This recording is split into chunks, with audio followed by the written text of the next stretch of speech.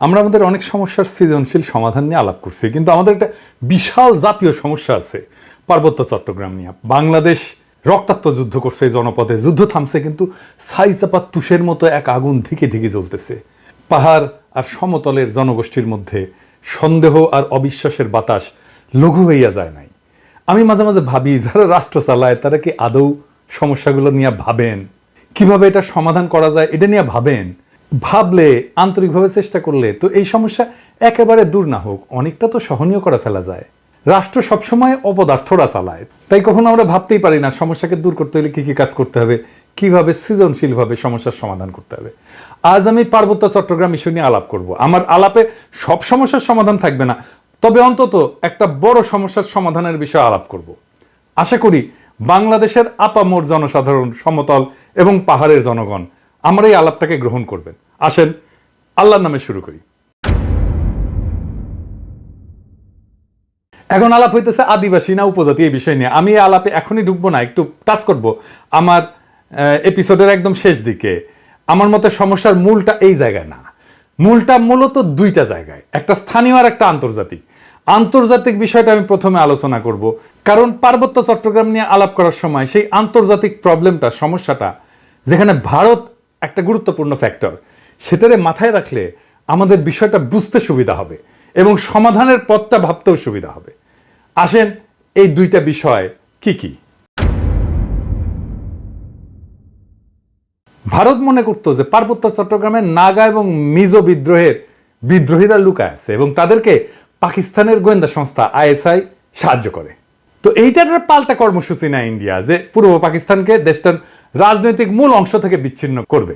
তো ভারত এইটার উল্টা কর্মসূচি নেয়, যে পূর্ব পাকিস্তানকে পশ্চিম পাকিস্তানকে বিচ্ছিন্ন করবে, এবং এই কর্মসূচি নিয়ে আগায় যেতে থাকে। এবং এইটা নিয়ে আগায় যাওয়ার জন্য তাদের গোয়েন্দা মানে রকে সবুজ সংকেত দেয় ভারতীয় নীতি নির্ধারকেরা। অনেক পরে ভারতের গোয়েন্দা সংস্থা তার কর্মকর্তা বি রমন এই সম্পর্কে বলছেন যে এই যে পূর্ব পাকিস্তান থেকে ভারতের উত্তর পূর্বাঞ্চলে ISI চালানো কার্যক্রমের অবসান ঘটাইতে ইন্দিরা গান্ধী পূর্ব পাকিস্তানের বাংলাভাষীদেরকে পাকিস্তান থেকে বিচ্ছিন্ন হওয়া এবং বাংলাদেশ নামে একটা পৃথক রাষ্ট্র প্রতিষ্ঠার ব্যাপারে সহায়তা করতে হবে, এই সিদ্ধান্ত নেয়। এটা বি রমনের বইয়ে লেখা আছে। তো ভারতীয় তরফ থেকে বাংলাদেশের মুক্তিযুদ্ধের সংশ্লিষ্টতার একটা বড় উপাদান ছিল একটা বিশেষ বাহিনীকে পার্বত্য চট্টগ্রাম দিয়ে অপারেশনে পাঠানো। এই বিশেষ বাহিনীর নাম ছিল special frontier force. General Uban ছিল এই ফোর্সের প্রথম ইন্সপেক্টর জেনারেল। 1962 সালের শেষ দিকে এই ফোর্সটা গড়ে উঠছিল। 71 সালে এই জেনারেল উবানি ছিলেন মুজিব বাহিনীর প্রশিক্ষক। মুজিব বাহিনী কি জানেন তো? ছাত্রলীগ, যুবলীগ আর আওয়ামী লীগের যৌথ গেরিলা বাহিনী। এরা কিন্তু যুদ্ধ করেনি, আর আজকে তারা মুক্তিযুদ্ধের সিপাহসালার হয়ে গেছে। শুধু তাই না, উবান ছিল রক্ষী বাহিনীরও প্রশিক্ষক। তাইলে বুঝতে পারতেছেন তো যে ইন্ডিয়ার প্ল্যানটা কি এবং কিভাবে সে প্ল্যানগুলো সাজাচ্ছে তার আশেপাশে। এবং পার্বত্য চট্টগ্রামে যখন 71-এ চূড়ান্ত অপারেশন হয়েছিল, তখন মুজিব বাহিনী না, স্পেশাল ফ্রন্টিয়ার ফোর্স নামে ওই আনকনভেনশনাল বাহিনীকেও ভারতীয়রা পার্বত্য চট্টগ্রাম দিয়ে বাংলাদেশে ঢুকায় দেয়। এবং এই স্পেশাল ফ্রন্টিয়ার ফোর্স অনেক দিন থাকে, এমনকি 1975 পর্যন্ত থাকে পার্বত্য চট্টগ্রামে। তো এই ফোর্সের দায়িত্ব কি ছিল? যে পার্বত্য চট্টগ্রামে যে ভারত নিয়ন্ত্রিত মিজোরাম এবং নাগাল্যান্ডের স্বাধীনতা সংগ্রামী আছে তাদেরকে খুঁজে বের করে এবং নিশ্চিহ্ন করা। এখানেই শেষ না, এই স্পেশাল ফ্রন্টিয়ার ফোর্সের সাথে মুজিব বাহিনী পার্বত্য চট্টগ্রাম দিয়ে যখন অভিযান শুরু করে, এটা নভেম্বরের শেষ দিকে। এরা ত্রিপুরা রাজ্য থেকে পার্বত্য চট্টগ্রামের পানছড়িতে প্রবেশ করে নভেম্বরের শেষে। একদল চাকমা তাদেরকে অভ্যর্থনা জানাইতে যায়, মনে করছে তাদের মুক্ত করতে আসছে। এই জন্য একটা খাসিও নিয়ে গেছিল বেচারারা। আহারে, মুজিব বাহিনী ও স্পেশাল ফ্রন্টিয়ার ফোর্স এই সদস্যদের খাসিটা নিছে, কিন্তু অভ্যর্থনাকারী সবাইকে হত্যা করছিল। তারপর তারা পানছড়ির পাহাড় গ্রামগুলোতে হামলা শুরু করে, বাড়িঘর লুটপাট করে, আগুন লাগায় দেয়, সামনে যাকে পায় তাকেই হত্যা করে এবং মেয়েদেরকে ধর্ষণ করে।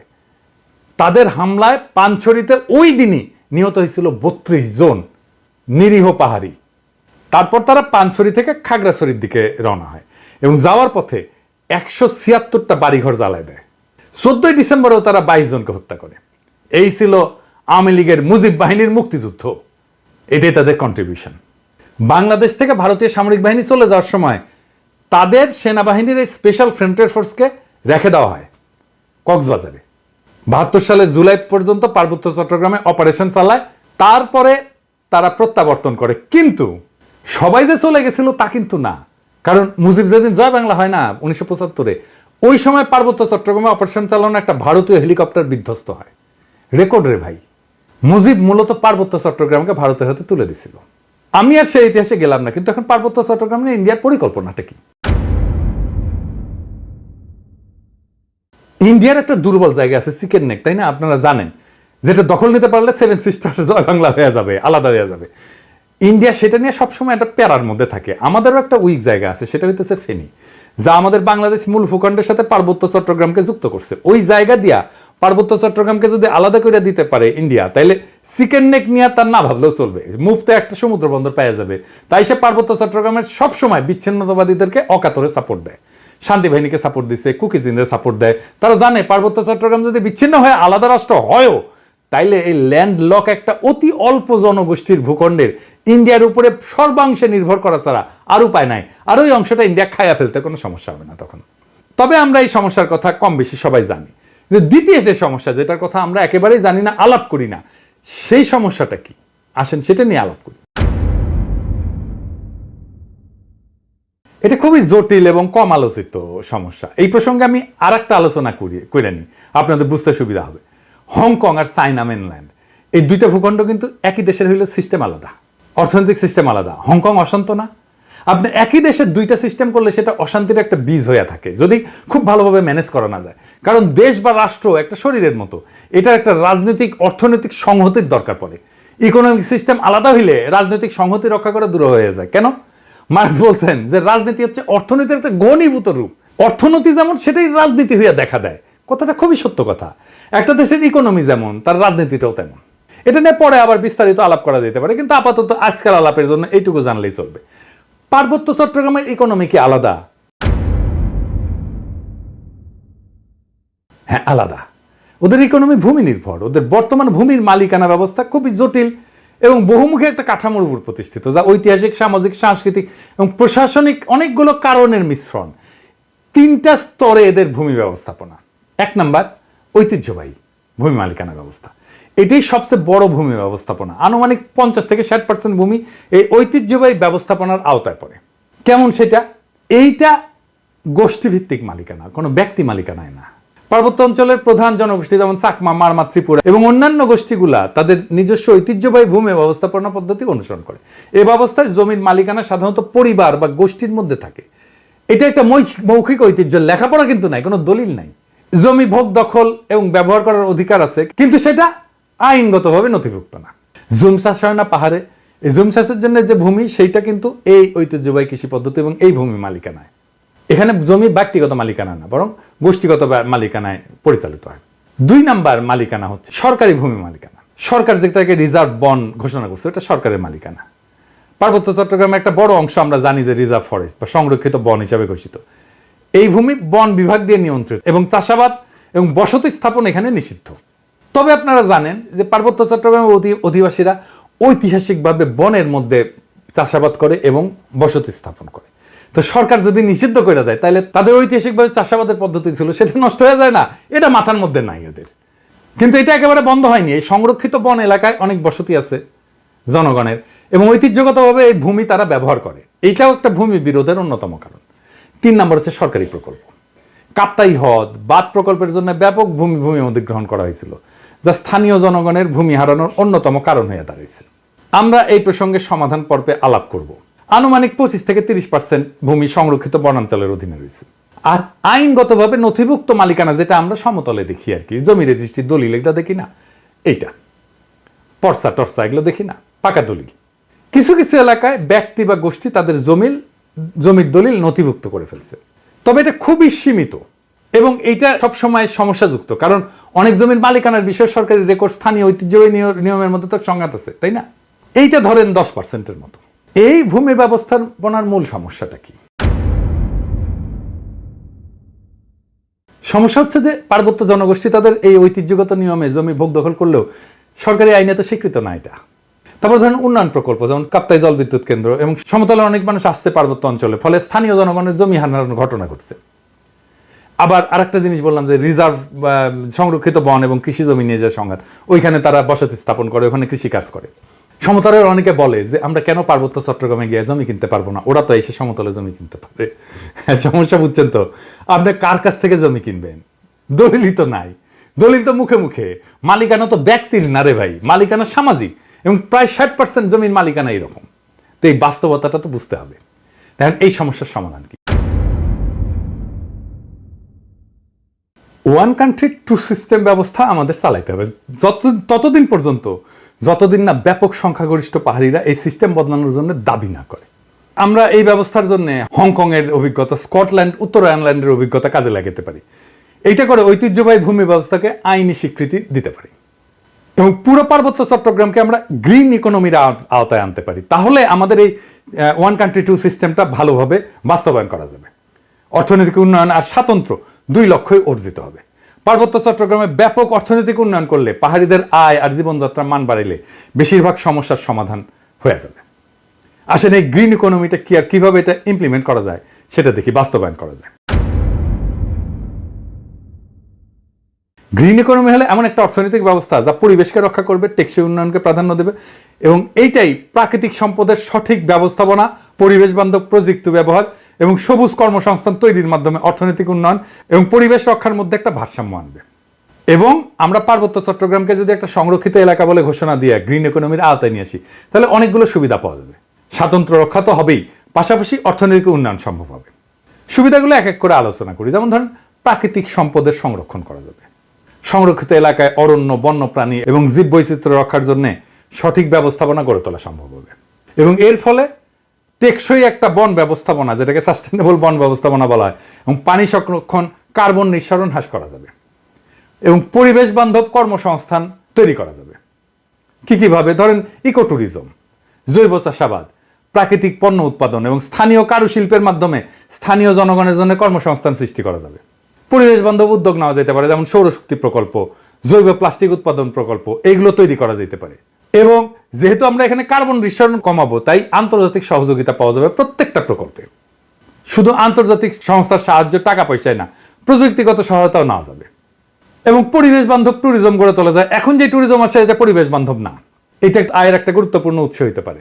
আর সামাজিক উন্নয়ন জনসাধারণের, যেমন ধরেন স্থানীয় জনগণের শিক্ষা, স্বাস্থ্য এবং আর্থিক অবস্থার উন্নতির জন্য প্রকল্প নেওয়া যেতে পারে, যেটা তাদের জীবিকার বিকল্প উৎস হিসেবে কাজ করবে। যারা বনাঞ্চলে কাজ করতেছে, যারা বনাঞ্চলে আবাদ করতেছে বা বাসস্থান করতেছে, তাদের জন্য একটা বিকল্প, একটা কর্মসংস্থানের উৎস আমাদের খুঁজে বের করতে হবে।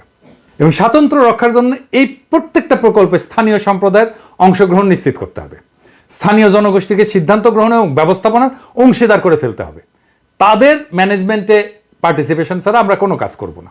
তাদের সাংস্কৃতিক ঐতিহ্য এবং জীবনযাত্রাকে সম্মান জানায় উন্নয়ন পরিকল্পনা করতে হবে সব সময়।